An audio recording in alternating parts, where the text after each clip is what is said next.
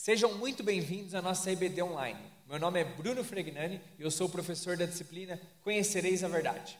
Nessa disciplina, o nosso intuito é estudar as heresias que acontecem por aí, que estão sendo pregadas por aí nas igrejas, tanto no Brasil quanto em todo o mundo, e também estudar o que a Palavra de Deus diz a respeito desses diversos assuntos que nós temos estudado e vamos continuar estudando.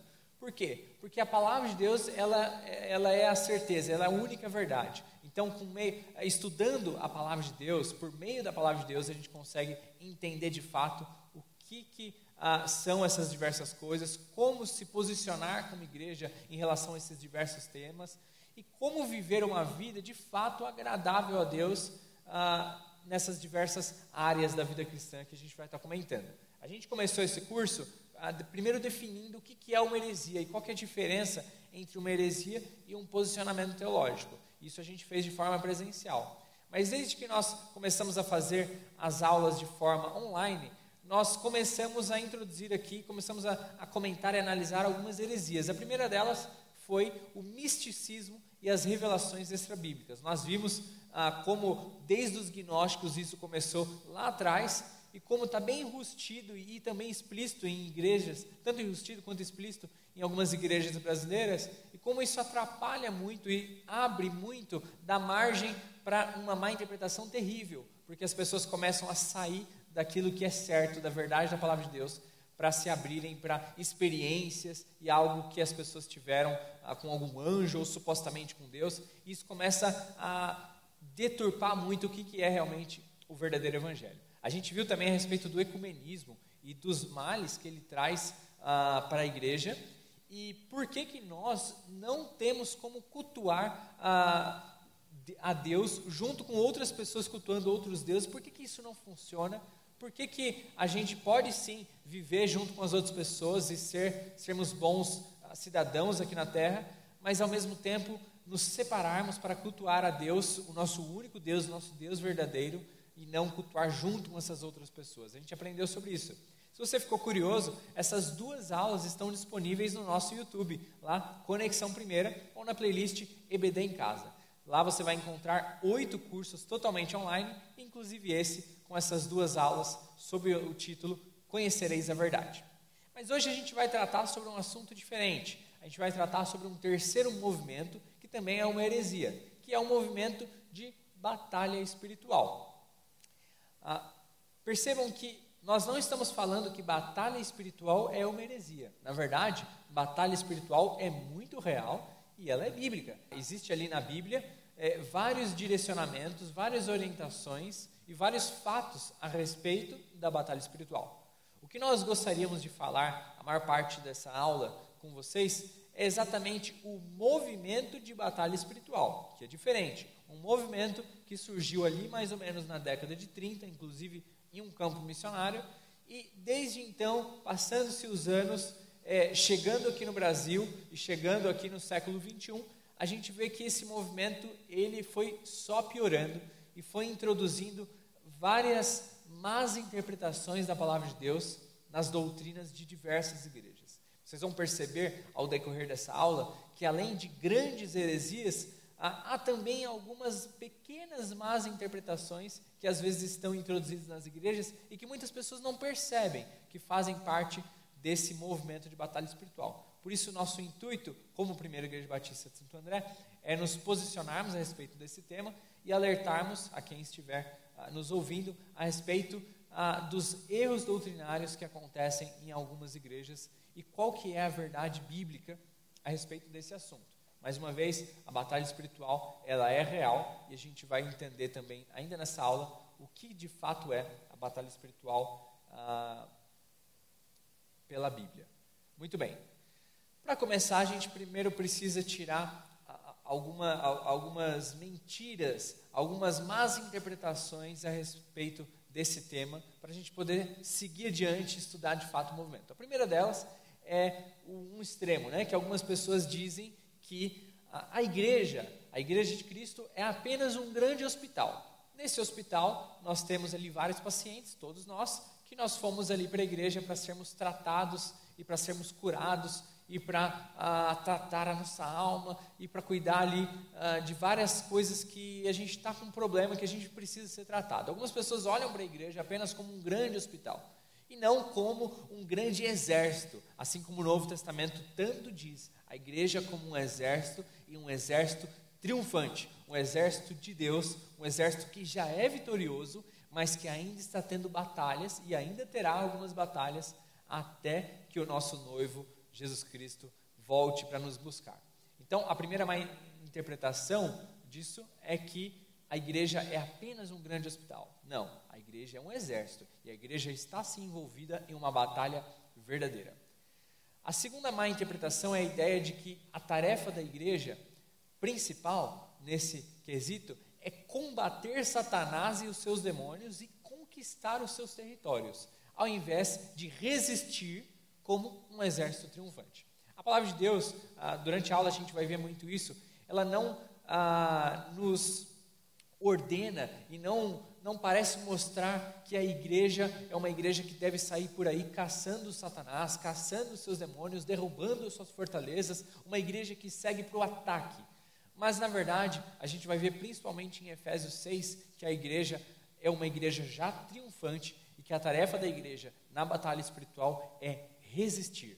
Resistir bem equipado com a armadura de Deus, mas resistir, não sair atacando, destronando aí as fortalezas de Satanás, mas ao contrário disso, resistir e caminhar na sua jornada de vida cristã. Isso não se opõe à ideia, por exemplo, de obra missionária, de missões na igreja. A gente sim faz missões, a Bíblia nos orienta e nos ordena a fazer missões, pregar o Evangelho, mas enquanto fazemos essa tarefa, enquanto vivemos a nossa vida cristã, a nossa tarefa não é caçar Satanás, mas resistir às tentações de Satanás. Sim, estamos em uma batalha espiritual, mas não em posição de ataque, mas sim em posição de resistir. Muito bem. Efésios 6, para a gente poder introduzir esse tema, é muito interessante, porque Efésios, ele fala sobre, ele nos dá uma visão bem ampla a respeito do que é a batalha espiritual, e principalmente essa ideia de que nós devemos resistir, ao invés de atacar Satanás e seus demônios. Mas para a gente poder entender um pouco do contexto, Paulo ele estava preso nesse momento, enquanto ele escreve a carta. Muito provavelmente ele estava inclusive algemado junto com um soldado da guarda pretoriana, e esse soldado ali com a sua armadura muito provavelmente serviu de inspiração para que Paulo pudesse descrever a armadura de Deus em Efésios 6, né? Mas quando a gente olha para o livro de Efésios como um todo, a gente vê que Paulo ele parece estar tentando encorajar os cristãos e confortar os cristãos que talvez olhavam para Paulo ali na prisão e pensavam, poxa, mas agora a gente está em maus bocados mesmo, a gente está bem ruim, o Paulo aqui que nos ensinou, que está nos acompanhando, que está nos discipulando, está preso, como é que a gente vai ficar? E Paulo parece tentar encorajar essas pessoas, mas o encorajamento que ele usa é um pouco diferente de outros livros bíblicos. Ele usa um encorajamento de ensino.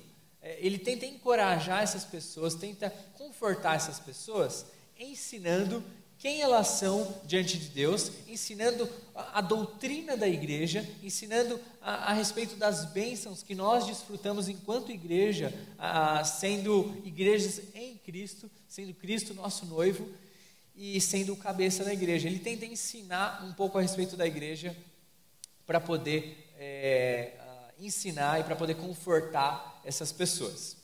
Mas ali para o final da sua carta, Paulo parece que vê uma necessidade lá em Efésios 6 de também alertar essas pessoas que começaram talvez a ficar felizes com o posicionamento que elas tinham diante de Deus, né, sendo igreja de Cristo. Ele decidiu alertar aquelas pessoas que elas sim iam desfrutar de muitas bênçãos, mas iam também enfrentar certa oposição. E ele fala um pouco a respeito dessa oposição. Ele fala que essa oposição não é contra pessoas, mas ela é contra os poderes e autoridades, contra os dominadores deste mundo de trevas, contra as forças espirituais do mal nas regiões celestiais. Isso é Efésios 6,12. Ele alerta a que nós iremos sim, como igreja, tanto eles quanto nós hoje, enfrentar uma oposição que é de Satanás e seus demônios. Ou seja, aí já nesse texto a gente vê introduzido a questão da batalha espiritual. Nós vivemos sim em uma batalha espiritual. Mas qual que é a recomendação de Paulo, né, sendo uma recomendação do próprio Deus, usando Paulo ali para escrever, a respeito dessa batalha espiritual? Bom, é bem claro, se a gente olhar em Efésios 6:11, nós vamos ver: vistam toda a armadura de Deus para poderem ficar firmes contra as ciladas do diabo. Então percebem que desde esse texto, é lógico que a gente não vai se basear apenas neste texto, mas desde esse texto em Efésios 6:11 a gente vê que a ordenança de Deus não é: vão e ataquem Satanás, caçem Satanás, vocês precisam conquistar as suas fortalezas ou coisa do tipo, mas vocês precisam vestir a armadura de Deus, vocês precisam estar firmes contra as ciladas do diabo, ou seja, o diabo vai tentar vocês, o diabo vai causar certa tentação para a igreja. A gente sabe, olhando principalmente para o livro de Tiago, que Deus ele dá provações para nós. Deus ele nos prova, mas para que a gente venha a amadurecer e se aproximar dele, ao contrário do diabo. O diabo ele nos tenta, principalmente a partir da nossa própria cobiça, para nos afastar de Deus. Então, a provação tem esse propósito de nos aproximar de Deus, uma vez que a gente aprende com ela, uma vez que a gente amadurece. Mas a tentação que o diabo faz, usando a nossa própria carne como ponto de partida, é para nos afastar de Deus. Por isso, enquanto a igreja, nessa batalha espiritual, nós precisamos resistir e resistir até que o nosso noivo venha nos buscar. E nós precisamos resistir contra as ciladas do diabo. Então, ele realmente é nosso inimigo. Os nossos 3 inimigos são o mundo, a carne e o diabo. O mundo, o sistema desse mundo, a carne, que é os nossos pecados, esse pecado original que a gente tem desde Adão, né? Como descendentes de Adão, a gente tem essa cobiça dentro de nós, desde pequeno a gente já parece que quer pecar, a gente já sabe pecar, e também o diabo e os seus demônios que sempre estão ali nessa batalha também, nos tentando e atirando essas ciladas, né? Mas nisso nós vemos que o propósito principal do ensinamento de Paulo é que a igreja então ela deve resistir. A gente vê no versículo 10, fortaleçam-se no Senhor. Versículo 13, para que possam resistir no dia mau. Versículo 14, mantenham-se firmes. Então, o texto parece nos deixar muito claro que a nossa posição enquanto igreja na batalha espiritual é resistir. Muito bem, ou seja, Paulo ele pede à igreja que ela se apodere da vitória de Cristo e que ela haja como uma igreja triunfante, ou seja, não é uma igreja que está tentando triunfar, uma igreja que está tentando ganhar a batalha, uma igreja que está tentando conquistar algo que Deus não conquistou, que Cristo não conquistou e ela vai conquistar, não é.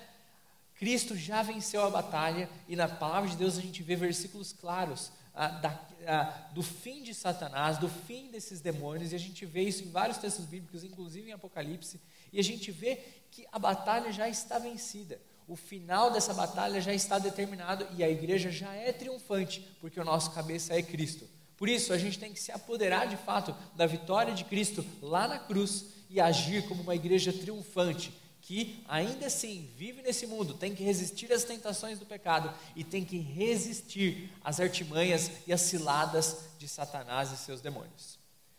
Enquanto nós não terminamos a nossa jornada aqui na terra, devemos então nos permanecer vigilantes, atentos e bem fortalecidos para resistir a esses ataques, que são de fato reais. Outras pessoas podem dizer que não são, mas são reais.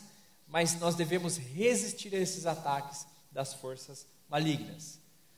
Muito bem, entendendo então agora essas questões, entendendo o que o texto de Efésios 6 parece nos ensinar a respeito da batalha espiritual, que inclusive nós vamos trabalhar nele no final da aula, mas entendendo isso, tendo isso como o nosso chão, o nosso piso aqui para a gente poder seguir na aula, a gente agora eu gostaria que todos nós possamos focar agora no movimento em si da batalha espiritual e o que ele prega. Ele prega muitas coisas, né? Os seus líderes têm mini heresias dentro dessa heresia principal, diversas, né?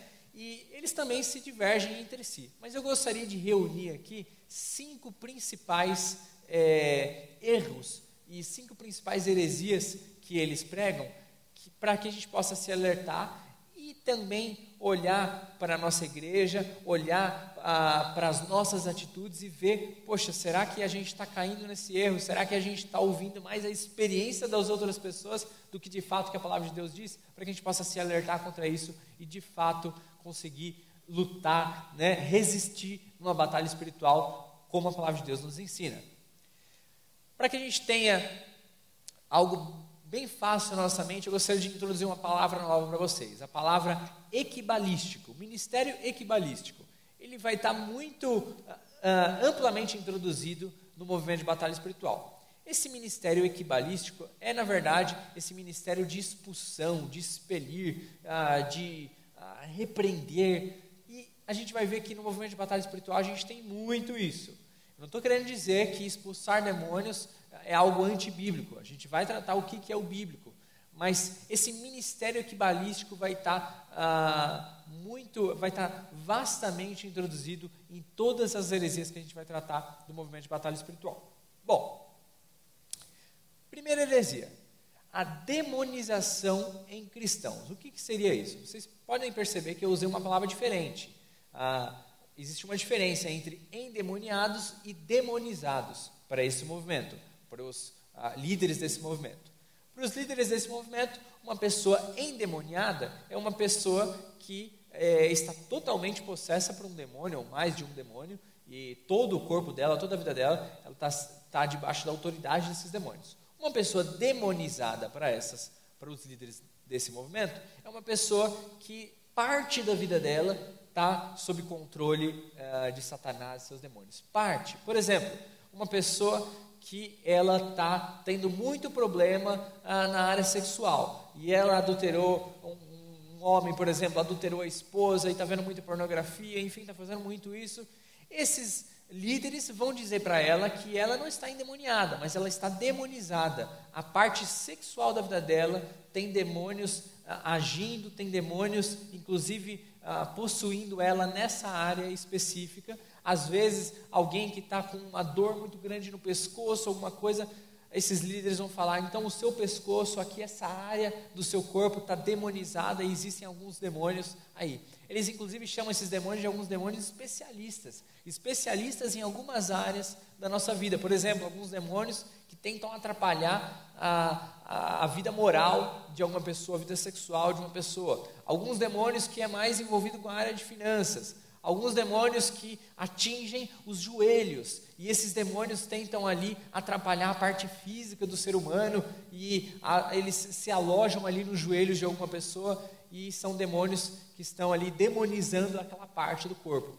Então eles dizem isso, e a solução para eles é a necessidade de uma expulsão constante. Então uma pessoa, segundo eles, que está demonizada, que tem tem caído, por exemplo, no pecado aí, do adultério, e na verdade não é culpa dela, é culpa de um demônio que está ali na vida dela, na parte sexual. Então ela vai para um desses líderes e eles vão expulsar esse demônio, vão impor as mãos, vão falar bem alto e vão expulsar esse demônio. E aí ela então vai viver a vida dela. Se ela cair de novo é porque o demônio voltou para essa área da vida, e aí ela precisa vir ter esse demônio expulsado novamente. Algumas pessoas, por tanto fazerem isso, os líderes até ensinam a pessoa a ela mesma expulsar aquele demônio, ela mesma impor a mão e poder tirar esse demônio da vida dela. A questão é que a Bíblia não fala nada sobre isso. Isso é meramente uma invenção humana. A Bíblia não fala em nenhum momento sobre partes do nosso corpo sendo demonizadas, sendo possuídas por demônios. A Bíblia, de forma alguma, abre brecha para que cristãos que são habitados pelo Espírito Santo sejam possuídos por demônios. Então a Bíblia não dá margem para nada do tipo. A Bíblia não fala que a técnica para tirar esses demônios do joelho é dessa forma, e a Bíblia também ela fala algo bem especial, bem específico, que essas pessoas talvez não levem em consideração, que é a questão da nossa velha natureza. Nós não vivemos mais na escravidão do pecado enquanto cristãos de fato convertidos, né? Temos o Espírito Santo morando no nosso coração. Nós não somos mais escravizados pelo pecado, mas a velha natureza ainda é operante na nossa vida, e a gente precisa mortificar ela a todos os dias. E vez por outra, alguns pecados nossos, alguns pecados antigos ou pecados de estimação começam a voltar e querer serem operantes na nossa vida. Então, por exemplo, uma pessoa que já venceu o vício em bebida e ela já deixou isso para trás, às vezes ela vai continuar lutando contra isso. Quando ela passar perto de um bar e ver alguma bebida alcoólica, ela vai lembrar daquilo lá e a gente vai continuar lutando contra a nossa velha natureza. A questão é que essas pessoas, esses líderes desse movimento, acabam pregando e acabam ensinando que, na verdade, não é uma questão de lutar contra a sua velha natureza, mas que tudo é culpa dos demônios, que tudo é culpa de Satanás, e que, na verdade, não é uma culpa da pessoa, não é um problema moral da pessoa, mas sim um demônio. Então, isenta a pessoa do erro e coloca o erro inteiro em Satanás e seus demônios, porque eles é que estão atrapalhando a vida da pessoa. Se ela adulterou, não foi porque ela errou moralmente, mas porque um demônio ali fez ela adulterar, e um demônio que fez isso. Então, ela está isenta do erro, e basta expulsar uma, duas ou mais vezes para você se ver livre desse demônio. O que mais?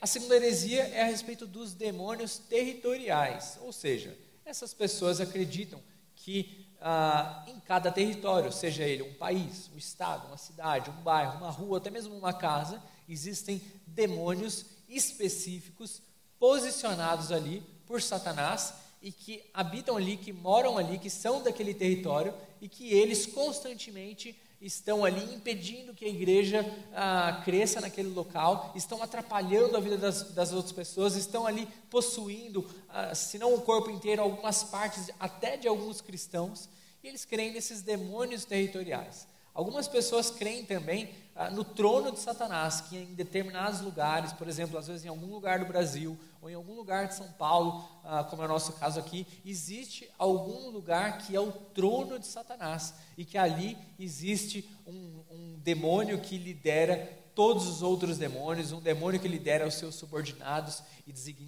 e faz a designação para todas as suas tarefas ali, e que existe esse trono de Satanás e que a igreja precisa descobrir onde é esse trono de Satanás para conseguir destroná-lo, para conseguir quebrar essa fortaleza de Satanás e seus demônios. Então, eles pregam que a tarefa da igreja é exatamente essa: neutralizar os demônios, neutralizar Satanás e saquear a casa deles. Ou seja, eles é que dominavam ali, e agora a gente vai saquear a casa deles e roubar para a gente algumas pessoas para que elas se tornem cristãos. Então, o que essa heresia já começa errando é que eles pressupõem que a igreja não é triunfante, que Deus já não venceu a batalha e que a gente, na verdade, está tentando conseguir alguma coisa que Cristo já não conseguiu. A gente está tentando, pelos nossos esforços e por aquilo que nós fazemos, conseguir algo com o nosso mérito, conseguir algo para Deus ou para a igreja. E colocam a igreja, na verdade, não como uma triunfante, mas uma igreja que está tentando por si própria triunfar. Além disso, eles colocam como uma tarefa da igreja essa questão de caçar o diabo, caçar os demônios, ao invés de resistir, como a gente viu em Efésios 6. Né? Essa também é uma heresia muito frequente e também tem muito ligação com essa próxima heresia, que são as técnicas contra os espíritos. O movimento de batalha espiritual, ele ensina várias técnicas para que haja um sucesso espiritual em cada território. E eles fazem, inclusive, simpósios, fazem ali palestras, fazem encontros para ensinar o que precisa fazer para se livrar desses demônios. A questão é que a gente não encontra nada disso na palavra de Deus, a gente não encontra essas novas técnicas. Mas tudo isso que eles acabam ensinando são coisas que eles mesmos viveram e que acharam que dá certo, e agora eles estão propagando isso e querendo ensinar isso para as outras pessoas como sendo, de fato, a atitude certa. Quais são essas técnicas que eles ensinam? Bom, o primeiro delas é fazer um mapeamento espiritual da região. Por exemplo, nós vamos ali evangelizar determinada cidade e na hora que a gente chega na cidade, não só estudando a geografia e tudo mais, mas a gente tem que estudar o mapeamento espiritual. Ou seja, a gente tem que fazer uma caminhada, a gente tem que estudar, a gente tem que ir orando e tem que ver aonde que está ali os pontos mais fortes, aonde estão os demônios, né? Descobrir onde estão os demônios, descobrir aonde que está o trono de Satanás ali naquela cidade, e também descobrir o nome dos demônios, porque essas pessoas imaginam que quando a gente sabe o nome dos demônios, que não sei como é revelado a elas, quando a gente sabe o nome desses demônios, a gente tem, de certa forma, um poder ou uma autoridade contra eles. Isso vem lá do gnosticismo, que pensava que por conhecer alguma verdade, algum conhecimento superior, você tinha até mesmo uma certa autoridade sobre Deus. Enquanto isso não é nada, em nada é verdade. Não é por saber o nome de um demônio que você tem autoridade sobre ele. Mas essas pessoas, elas pregam exatamente isso. Você tem que descobrir onde estão os demônios, onde está o trono de Satanás, qual que é o nome dos demônios, porque aí a gente vai começar a fazer algumas coisas para poder se livrar deles.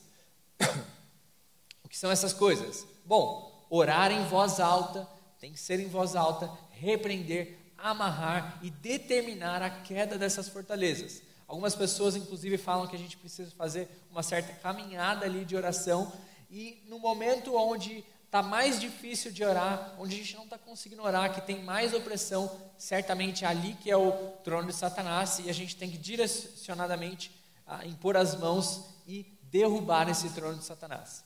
Mais uma vez, por mais que por um fim lícito de alcançar aquela cidade, de alcançar pessoas para o Evangelho, de pregar o Evangelho, né, de ser missionário, de interceder e orar por aquela cidade.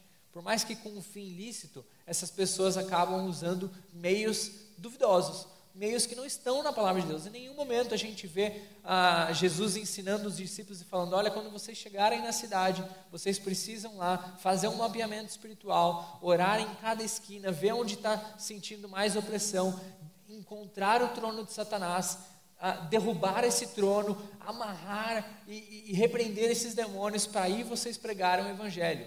Muito pelo contrário, o que Jesus sempre tem ensinado aos discípulos é exatamente essa ideia de resistir, é a ideia de ser dependentes do Senhor, a ideia de pregar o Evangelho para todas as pessoas, mas sempre nessa humildade de que Deus é soberano e de que Ele que vai abrindo os corações, Ele que vai abrindo as portas para que a gente vá pregar o Evangelho. Isso não quer dizer que a gente não pode, que a gente não deva orar antes de fazer, por exemplo, uma viagem missionária. A gente sim tem que orar, a gente tem que, na nossa oração, demonstrar, expressar essa nossa dependência de Deus, que se a gente chegar lá e pelas nossas forças, a gente não vai conseguir fazer nada. Mas a gente tem que orar para que Deus esteja no controle, para que Deus abra os corações, para que Deus possa abrir a mente das pessoas para a mensagem do Evangelho, para que Deus nos dê sabedoria, para que Deus nos dê discernimento do que falar, quando falar, para que Ele fale através de nós. A gente sim tem que orar, sim ser dependentes, mas não dessa forma, que mais parece um ocultismo, ou algo mais místico, que foi introduzido na doutrina da fé cristã de várias igrejas hoje no Brasil. Muito bem, essa é a terceira heresia. A quarta heresia é a maldição hereditária. Muitas pessoas acreditam que uma maldição vai passando de pai para filho, para neto, e que essas pragas que são lançadas contra as pessoas, elas permanecem. E até mesmo que algumas pragas e maldições, elas podem cair até mesmo sobre cristãos, e se eles não repreenderem essas pragas, essas maldições, eles então não vão estar livres, vão estar sendo demonizados, eles vão estar sendo usados e estarão sob a autoridade de Satanás e seus demônios. Essas pessoas inclusive acreditam que essas maldições, elas podem ser intencionais ou não. Por exemplo, um pai que diz para o filho: que o diabo te carregue, e fale alguma frase do tipo. Essas pessoas já imaginam que por causa que essa frase foi dita, agora o filho delas, aquela criança, aquele menino, está sob o domínio de Satanás. A não ser que alguém venha e quebre essa maldição. Mais uma vez, não encontramos isso em nenhum lugar na palavra de Deus. Essas pessoas acreditam que os demônios passam a ter autoridade sobre essas pessoas, mesmo que elas sejam cristãs. As pessoas acreditam também que alguns pecados vão se repetir de vô para pai, para filho, e que isso significa que existe uma maldição hereditária que precisa ser quebrada ali. Às vezes o pai teve problema com adultério, o vô também, e o filho talvez vai ter um problema com adultério, e mesmo sendo cristãos, eles ainda estão sob a autoridade de demônios nessa área, enquanto alguém não repreender e não amarrar esses demônios. Esse movimento usa amplamente o texto de Êxodo 20, versículo 5. Nesse texto, Deus ele ameaça visitar a maldade dos pais dos filhos, até a segunda ou terceira geração. acontece que as pessoas não olham para o contexto geral e nem para o restante da Bíblia. Por exemplo, quando a gente olha em Ezequiel 18, que o texto de Êxodo tem que ser lido à luz de Ezequiel 18, a gente vai ver que, na verdade, conversão e arrependimento pessoal quebram qualquer tipo de maldição, qualquer tipo de consequência como essa. E, inclusive, nesse texto, a nação de Israel estava muito em dúvida a respeito disso e começou a reclamar a Deus, começou a falar, poxa, os nossos pais pecaram e nós estamos no cativeiro e a gente não tem pecado igual eles pecaram, e por que a gente está sofrendo? Isso é injusto. E eles achavam que isso era injusto.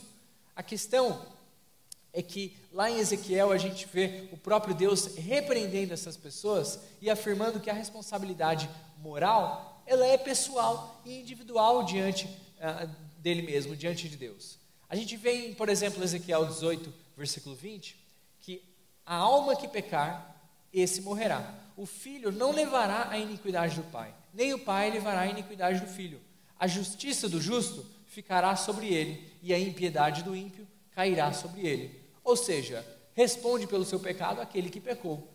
Então, os pais pecaram, os pais fizeram qualquer coisa do tipo, e tem algum tipo de maldição, algo caindo sobre eles, mas se o filho se arrependeu, se o filho não continuou os pecados do pai, se o filho se arrependeu, teve um coração contrito e tem seguido a Deus, não existe nenhuma brecha bíblica para dizer que o filho vai estar sobre a maldição do pai, a não ser que ele venha repreender esse demônio. Não é repreender esse demônio. A questão é se arrepender dos pecados que você também poderia estar praticando, assim como o seu pai, e não cair mais neles e viver uma vida consagrada a Deus. A questão é que uma pessoa cristã, de fato, que é habitada pelo Espírito Santo, não tem como ser amaldiçoada, não tem como sofrer essas pragas, seja por genética, seja pela fala de alguém que alguém disse, e qualquer coisa do tipo. Então, o texto, ele diz, principalmente ali dos versículos 14 a 19, que pela conversão em uma vida reta, o indivíduo está livre da maldição dos pecados de seus antepassados, mas que ele tem que se preocupar com os pecados dele, e tem que pedir perdão pelos seus próprios pecados e viver uma vida coerente, de acordo com a palavra de Deus. E em quinto e último lugar, essa maldição de objetos. As pessoas desse movimento creem que alguns objetos são construídos ou usados por pessoas ímpias, e esses objetos agora podem causar pragas e maldições na vida de cristãos. Por exemplo, tem uma história de um dos líderes desse movimento, que ele diz que ele comprou um carro e que ele foi dirigir lá o carro e ele acabou atropelando um animal, e na outra semana ele atropelou um outro animal, e na outra semana ele atropelou, parece que mais um animal. E então ele chegou em casa e pensou, o que está acontecendo? E ele orou a Deus, e supostamente Deus disse para ele que aquele carro estava amaldiçoado, que tinha uma praga naquele carro, e que ele precisava repreender aquilo lá. Então ele repreendeu os demônios que estavam naquele carro. Então ele foi para a casa dele e pensou, eu preciso repreender tudo que as pessoas pagãs, que as pessoas que não creem em Deus usaram aqui e que construíram. Por exemplo, a minha televisão não foi construída por um crente, então eu preciso orar e repreender os demônios que estão nessa televisão. Eu preciso repreender tudo isso. Isso tudo complica muito a vida cristã e complica muito a verdade da palavra de Deus, que já está expressa para a gente, que não diz nada a respeito disso e que inclusive nos assegura que esses males não podem acabar caindo sobre os cristãos. A Bíblia, por outro lado, nos fala que nós cristãos passamos por dificuldades, sim. Passamos por dificuldades, inclusive, por consequências do nosso pecado. O coronavírus, por exemplo, é uma consequência do pecado da humanidade. Assim como tsunamis, assim como tempestades e tantas outras coisas. Nós colhemos os resultados do nosso pecado, por exemplo, do nosso pecado original, e dos pecados que nós cometemos dia a dia. Agora, maldições e pragas, demônios que estão nos possuindo, alguma parte da nossa vida, alguma parte do nosso corpo, isso não existe em nenhum lugar da vida cristã. E em nenhum lugar se diz que a solução para isso é expulsar ou repreender ou amarrar esses tais demônios, mas sim viver uma vida confiante como igreja triunfante e uma vida preocupada em ser fiel à palavra de Deus, fiel ao nosso próprio Deus. Muito bem, essas são as 5 principais heresias que a gente pode analisar nesse movimento de batalha espiritual. Mas a gente pode analisar também e ver alguns pontos positivos desse movimento. São eles a conscientização da batalha espiritual, o zelo evangelístico e a ênfase na oração. Ou seja, esse movimento trouxe um pouco mais ao diálogo dos cristãos a questão da batalha espiritual. Muitas pessoas, principalmente de cunho bem conservador, acabam tentando ignorar a batalha espiritual e pensando que ela não é existente. E ela sim é existente, principalmente no campo missionário. Então, de fato, é bom que a gente ouça a respeito do movimento de batalha espiritual e com um crivo muito grande da palavra de Deus, consiga ver a importância real da conscientização da batalha espiritual. Esse zelo evangelístico que o movimento da batalha espiritual começou, também é algo que a gente pode se apegar. O movimento de batalha espiritual começou, inclusive, em um campo missionário, lá na década de 30. E eles parecem ter esse zelo muito grande de alcançar aquela cidade, de ganhar aquela cidade para o reino de Deus, e nós devemos sim fazer isso, nós devemos pregar o evangelho em Jerusalém, Judeia, Samaria e confins da terra, simultaneamente, a todo momento, é a tarefa de todo cristão. A questão é que a forma de nós fazermos isso é a forma que a palavra de Deus nos ensina, e não aquilo que experiências de determinados pastores acabaram ensinando para a igreja brasileira. E a ênfase na oração. Por mais que eles fazem uma oração um tanto que mal interpretada pelo contexto geral e acabam querendo usar o determinismo ao invés do se submeter à vontade de Deus, a ênfase na oração é algo que a gente tem que resgatar como igreja brasileira, principalmente na batalha espiritual. Afinal, a gente só consegue permanecer firmes e resistentes a isso pela graça de Deus. Por isso nós devemos ser muito humildes e nos apoiar na pessoa de Deus, nos apoiar na soberania de Deus, no cuidar de Deus e na graça que Ele nos dá para que possamos resistir à tentação do pecado, às tentações de Satanás. Bom, mas a gente também tem vários pontos negativos. Eu gostaria de citar aqui alguns. O primeiro deles, as experiências pessoais e o pragmatismo que esses líderes tentam repassar para os cristãos. Eles vivem algum tipo de experiência, eles, talvez por muito analisar e ver que 5 ou 6 casos que as pessoas lutavam, por exemplo, com a questão da mentira. Nesses 5 ou 6 casos, as pessoas relatavam ter uma dor no pescoço. Então, por essa simples análise, eles acabam afirmando algo que para eles tem o mesmo valor que a Bíblia, de que aquela afirmação deles é verdadeira, que um demônio, por exemplo, da mentira, se aloja no pescoço das pessoas, por isso a gente tem que orar no pescoço.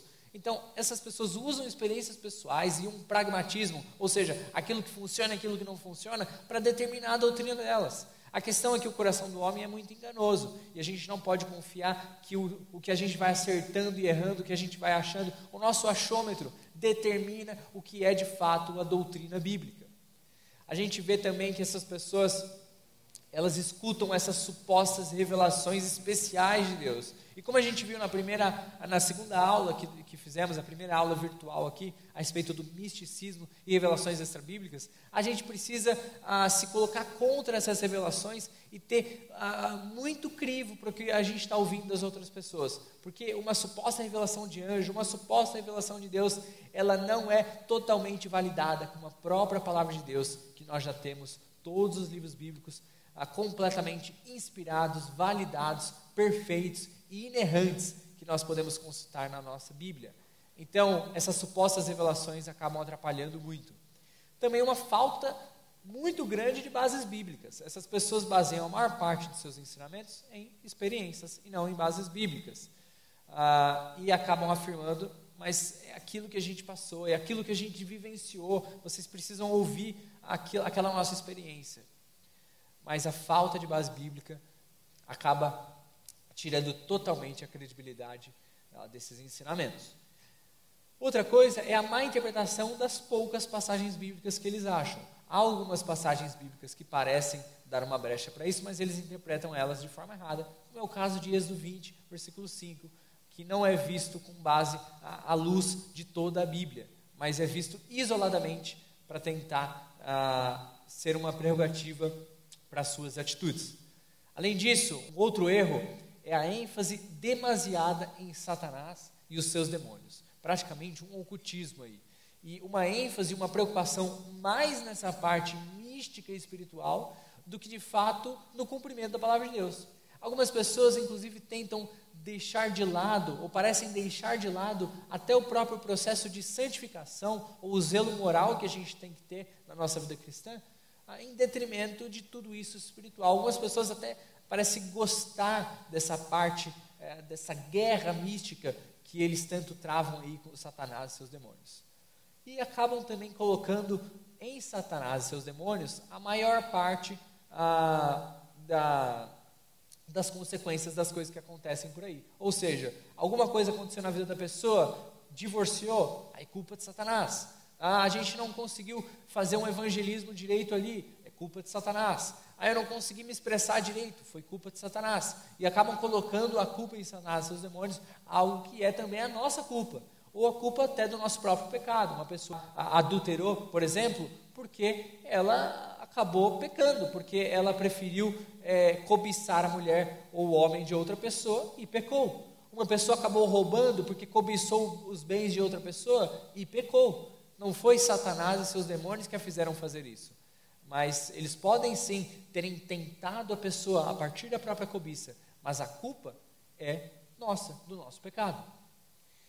Essas pessoas também costumam reduzir a obra de Cristo na cruz e também reduzir a suficiência das Escrituras, como se Cristo não tivesse feito uma obra tão perfeita assim, ou como se as Escrituras não fornecessem aquilo que a gente realmente precisa para a batalha espiritual, mas que a gente precisa de algo a mais, a gente precisa de um ensinamento a mais, a gente precisa de objetos a mais, a gente precisa fazer coisas que vão somar com aquilo que já está na palavra de Deus, o que a gente viu que é algo muito comum em várias heresias. Além disso, eles fazem uso de uma confissão positiva. O que é isso? Confissão positiva nada mais é do que a pessoa querer determinar, ou seja, eu vou determinar que isso não vai acontecer na minha vida, e isso precisa acontecer. Por quê? Porque tanto Deus quanto Satanás e seus demônios precisam obedecer, porque você fez um uso de palavras de forma forte, confiante, e agora essas pessoas precisam obedecer. Inclusive, se você sabe o nome dela, se você sabe o nome daquele demônio, agora ele está sob o seu domínio, e se você disser qualquer palavra, ele precisa te obedecer. Isso é confissão positiva, uma heresia muito combatida pela igreja cristã. Eles tentam também fazer essa isenção da responsabilidade moral do homem, como a gente citou, a santificação que cada um de nós precisa praticar e crescer constantemente pelo auxílio do Espírito Santo e da própria obra de Cristo na cruz. Mas eles tentam jogar o rumo da história do diálogo mais para a questão de é culpa de Satanás, é culpa dos demônios. Em último lugar, o dualismo.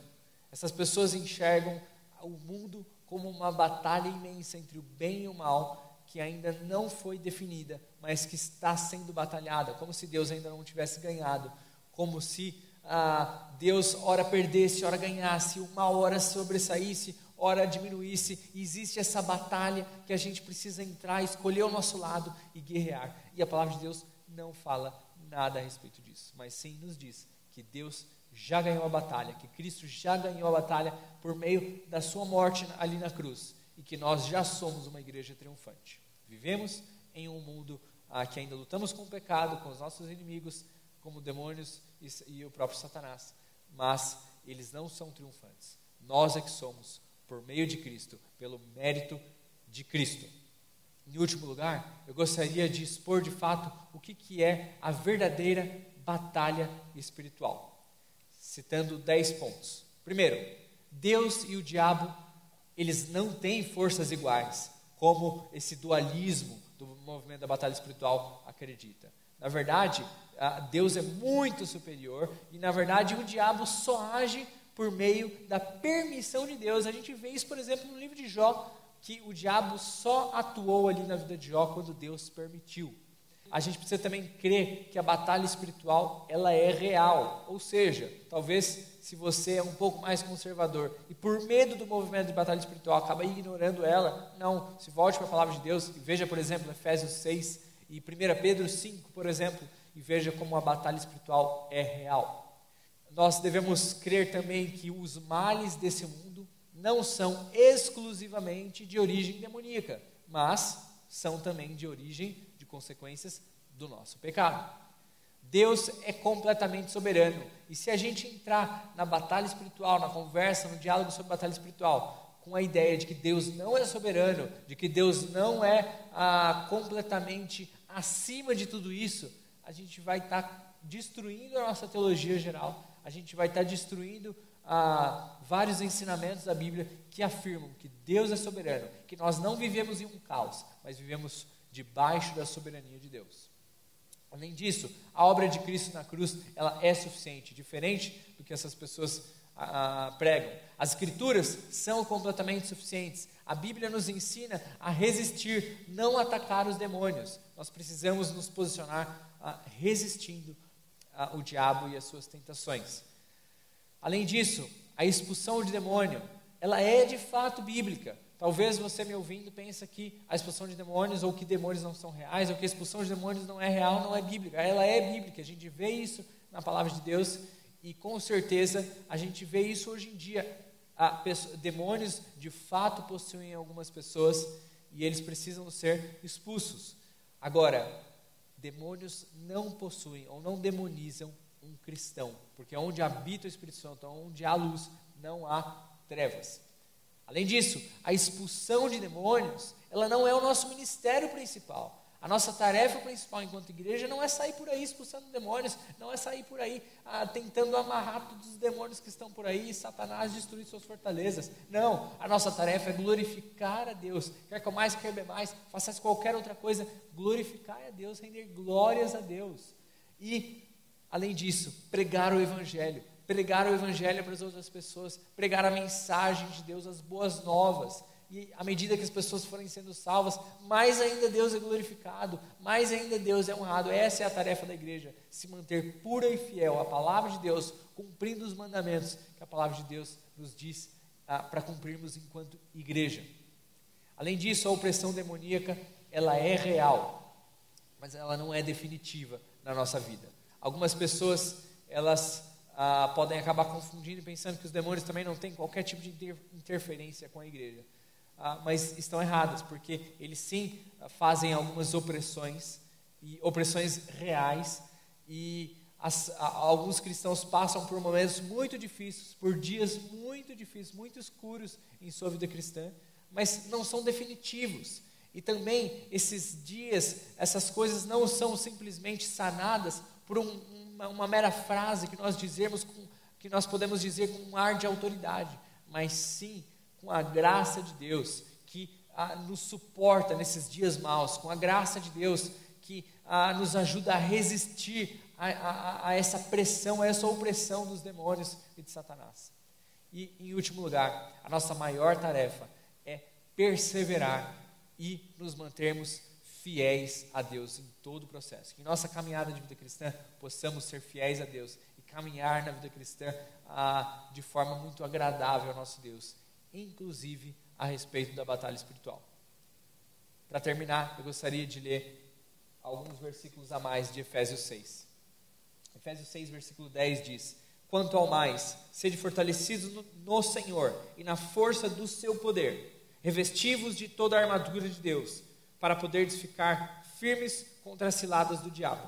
Porque a nossa luta não é contra o sangue e a carne, e sim contra os principados e potestades, contra os dominadores deste mundo tenebroso, contra as forças espirituais do mal nas regiões celestes. Portanto, tomai toda a armadura de Deus, para que possais resistir no dia mau, e depois de teres vencido tudo, permanecer inabaláveis, firmes. Estai, pois, firmes, cingindo-vos com a verdade, e vestindo-vos da couraça da justiça, calçai os pés com a preparação do Evangelho da paz, embraçando sempre o escudo da fé, com o qual podereis apagar todos os dardos inflamados do maligno. Tomai também o capacete da salvação e a espada do Espírito, que é a palavra de Deus, com toda oração e súplica, orando em todo o tempo no Espírito, e para isto, vigiando com toda perseverança e súplica por todos os santos. Ou seja, a armadura de Deus não é nada muito assim diferentão que só em uma palestra, um simpósio você vai conseguir adquirir. A armadura de Deus, ela é muito simples, ela está aqui na palavra de Deus. Na verdade, é o próprio Cristo vivendo e operando em nós, e não o nosso eu, é a palavra de Deus, é a graça de Deus operando em nós. Por isso, não acreditem nessas experiências pessoais, em dicas místicas ou em dicas sobrenaturais que algumas pessoas podem te dar para vencer uma suposta batalha que você precisa atacar. Não, que possamos resistir aos ataques do diabo e aos ataques dos demônios, nos revestindo da palavra de Deus e da armadura de Deus, sendo fiéis a Ele até o dia em que o nosso Deus, em que o nosso noivo irá nos buscar. Amém? Bom, essa foi a nossa aula e a nossa exposição a respeito do movimento da batalha espiritual. Eu espero que tenha sido edificante para cada um que assistiu, e eu gostaria de te convidar mais uma vez a checar os nossos outros cursos ali no nosso YouTube da Conexão Primeira, e que você também possa, se você perdeu, assistir às aulas que já se passaram, e sempre estar atento a todo domingo, 9h15, para mais uma aula. Que Deus abençoe a todos.